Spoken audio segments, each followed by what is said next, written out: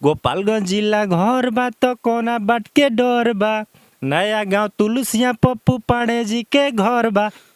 सबके नमस्कार प्रणाम बा। आज हमारा संगे भोजपुरी के बहुत ही बढ़िया सिंगर मने बानी और यहाँ से हम आज कुछ पूछे गाना के बारे में।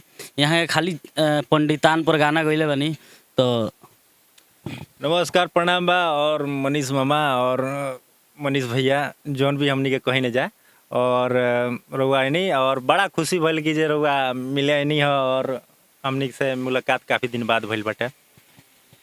जे भी देखता ओकरा के प्रणाम बा। अच्छा ई बात बताई का कारण बा खाली रुआ पांडे जी पर मिश्रा जी पर गाना गावे नहीं? सर पब्लिक सुने के चाहता वही से हम गावत नहीं। आ में कोनो जातिवादी नहीं के। हमार तो गाना राजपूत लोग सुनेला, भुंजार लोग सुनेला, यादव लोग सुनेला, मुस्लिम सुनेला, सबे सुनेला। तो इनमें कोनो जातिवादी के थीम नहीं है भैया। आ जो सुने के चाहता तो उन्हें सबे कलाकार गावत रहे, माने बढ़न बढ़न सारा लोग गावत तो हमहू गावत नहीं में कोनो गलती थोड़े बा। अभी और गाना एगो ट्रेंडिंग में चला था पप्पू पांडे वाला। हाँ एगो गाना हमारे चलत ताटे बहुत सारा प्यार आशीर्वाद गोपालगंज जिला सिवान में चारों ओर बजाता। एगो गाना बाटे हौ रंगदार तू करेला रंगदारी, पिस्टल लेके घूमेला करेला बरियारी, हल्ला गुल्ला कर बवाल होई भारी, आइल बानी साटा पे न कर मारा मारी। तो लइकवा कहता गोपालगंज जिला घर बा तो कोना बाट के डर बा, नया गांव तुलसिया पप्पू पांडे जी के घर बा। ये गाना के प्यार आशीर्वाद बहुत सारा मिलता है और बड़ा मतलब दिल खुश हो जाता।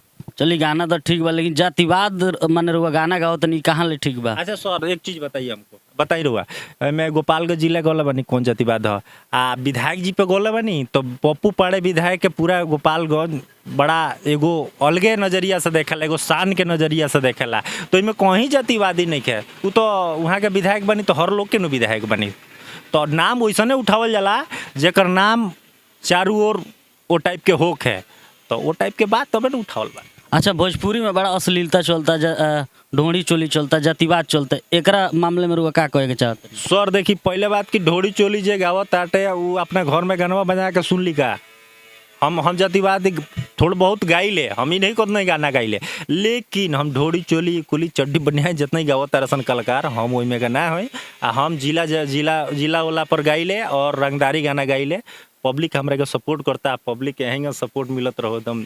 जय अच्छा बिना जातिवाद वाला गाना कौन रुआ कोनो गा सके नहीं? ए सर बिना जातिवाद के ढेर गाना बड़ी सन। सुना दी सुनी ना एगो गाना रहा बढ़िया गाना रहा, कहाँ के सुनल बताए? एगो ही गाना रहा देखिए सुनी। फोन नहीं खुठावत खिसी आइल बाड़ुका हो, फोन नहीं खुठावत खिसी आइल बाड़ुका हो, बोला हमर सुगनी परान ले बुका। बहुत बढ़िया बढ़िया सैड सॉन्ग आदमी गइल, कहाँ लोग सुनल? 101 गाना गइले बा। अच्छा जैसे लोगों का डिमांड रहेगा वैसे आप गाइएगा? गाएंगे जैसा पब्लिक का डिमांड रहेगा, जैसा कमेंट में आएगा कि हाँ भैया ये टाइप के गाना हमने के चाहिए सुने के चाहत नहीं जा तो गायब। अभी गाना गौले बनी उस सतीश बाबा के संगे एगो रील बननी है, जा गई वहाँ पर गावल रहा शेरे बिहार कहल जाला सतीश बाबा के, तो गाना वायरल होता। अभी देखी गाना केंगा बाटे।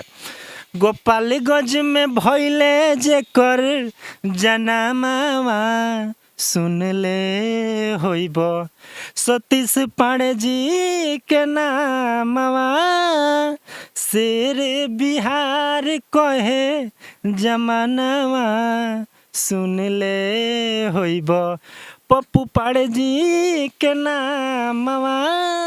बहुत अच्छा प्यार आशीर्वाद मिला था।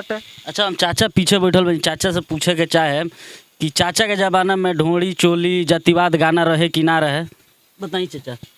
हाँ जातिवाद तो ना है लेकिन अश्लील है वो बेरा। हाँ वो बड़ा अश्लील रहे। ओह बेरा वो बड़ा रउआ युग में कौन कौन भोजपुरी में फिल्म रहे? धरती मैया है, बालम परदेसिया है, नदी पार तो हिंदी या भोजपुरी दोनों में चलेला।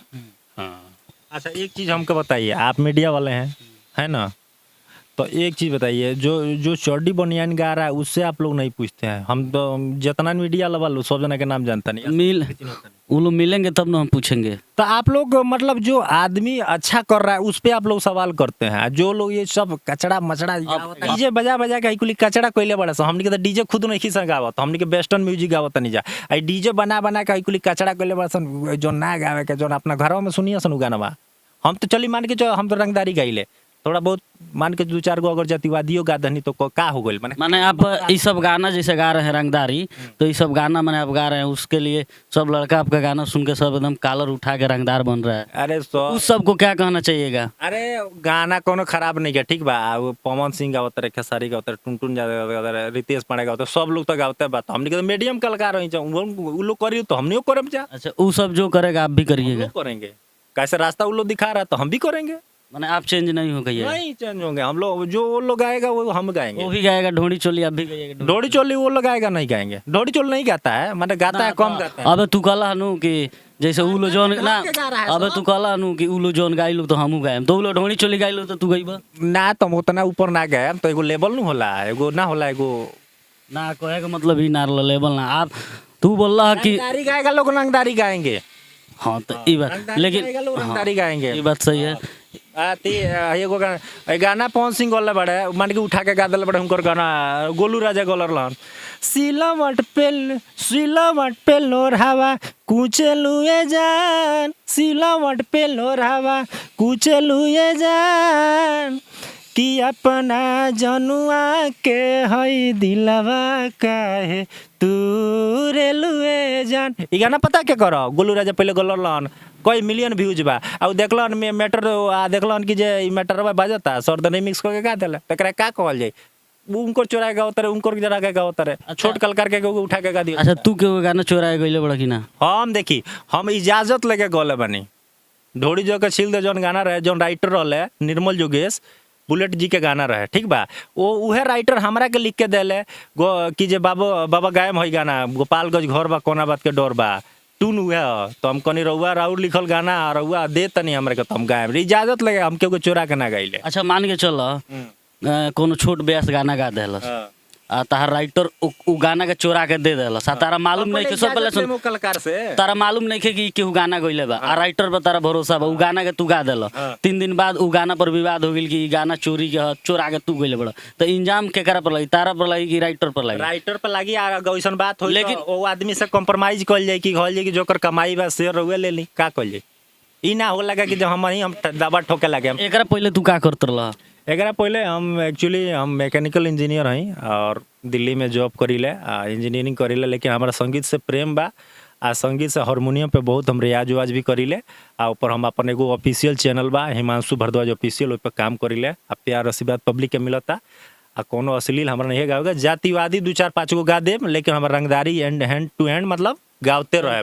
बहुत अच्छा, ये रहे हैं भोजपुरी सिंगर हिमांशु भारद्वाज, और हम मनीष पांडे। वीडियो अच्छा लगे तो वीडियो को लाइक शेयर कमेंट करें। जय हिंद, जय हो।